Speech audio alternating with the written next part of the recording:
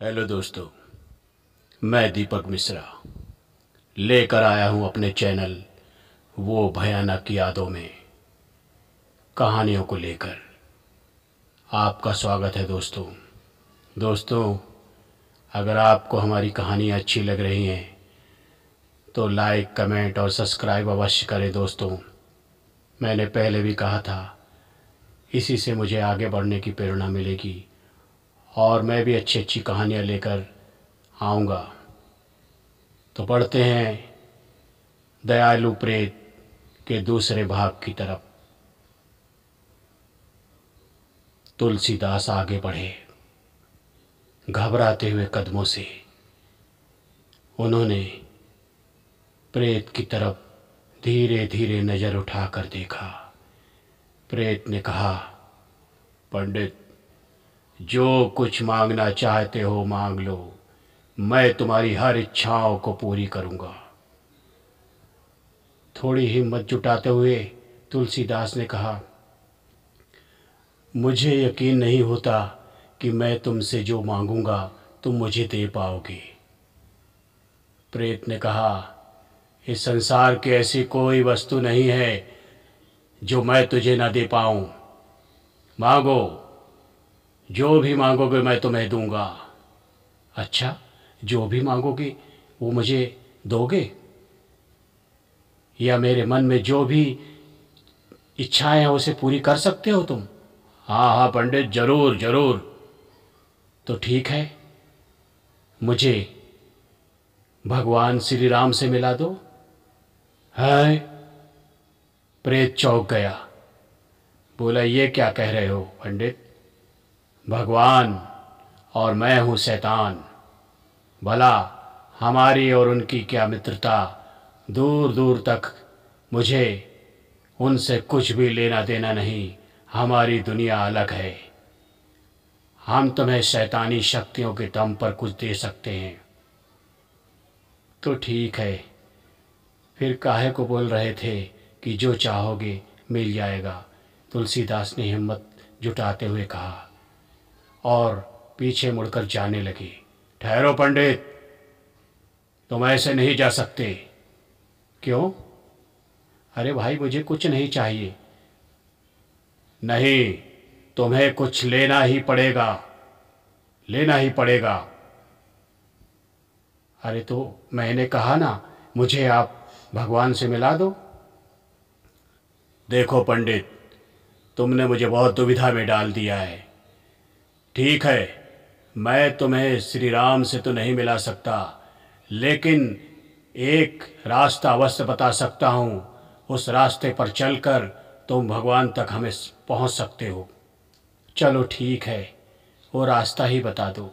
तुलसीदास ने कहा, यहाँ से चित्रकूट धाम है, तुम वहाँ पर जाओ। वहाँ श्री राम की कथा चलती है। वहाँ सबसे आखिरी में कथा खत्म होने के बाद एक बूढ़ा व्यक्ति बैठा रहता है।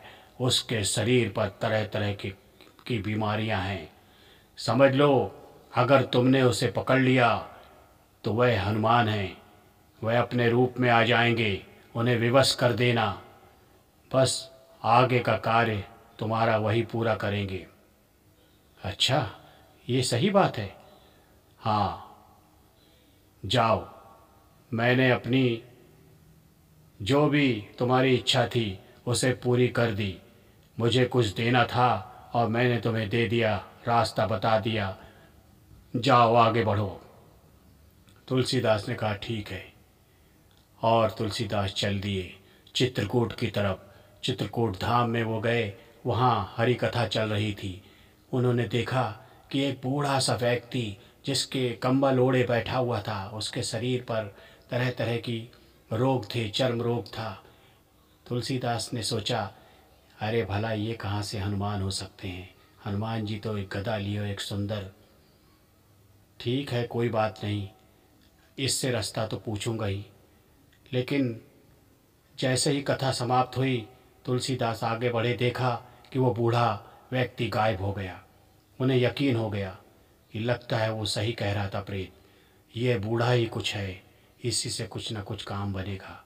दूसरे दिन फिर कथा चालू हुई। ऐसे कई दिनों तक कथाएं चलती रही और बूढ़ा व्यक्ति कथा समाप्त होते ही गायब हो जाता था।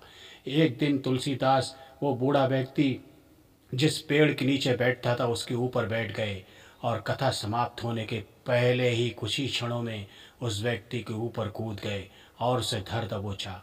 वह बूढ़ा बोलता रहा, अरे भाई, क्यों मुझ गरीब को सता रहे हो? अरे मुझे मत छुओ, बीमारी हो जाएगी।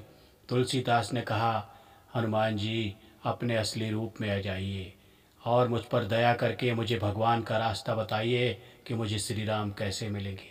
अरे क्यों क्यों ऐसी बातें कर रहे हो? अरे मैं तो एक बीमार व्यक्ति हूँ। बस करिए हनुमान जी, बस करिए, बहुत दिनों से आपने बहुत सताया। तब तक हनुमान जी बेबस हो गए। बोले, ठीक है, आंखें बंद करो। तुलसीदास ने आंखें बंद की। सामने हनुमान जी प्रकट हो गए। तुलसीदास गदगद हो गए देखकर, चरणों में गिर पड़े। बोले, प्रभु, मुझे श्री राम के दर्शन करा दो। हनुमान जी बोले, श्री राम तो त्रेता युग में थे, अब ये तो कलयुग का चरण चालू हो गया है, मैं तुम्हें भला उनके दर्शन कैसे करा सकता हूँ? नहीं, मुझे श्री राम के दर्शन करना। एक ही जिद पकड़ कर बैठ गए तुलसीदास। तब हनुमान जी बेबस होकर बोले, ठीक है, प्रातःकाल सूर्योदय के पहले सरयू नदी के पास में दो राजकुमार घोड़े से जाते रहेंगे। तुम जो आगे राजकुमार को देखोगे वो श्री राम है और पीछे जो राजकुमार घोड़े पे रहेंगे वो लक्ष्मण जी हैं। बस आगे वाले राजकुमार की पैर पकड़ लेना, आगे का मार्ग आपको स्वयं ही मिल जाएगा।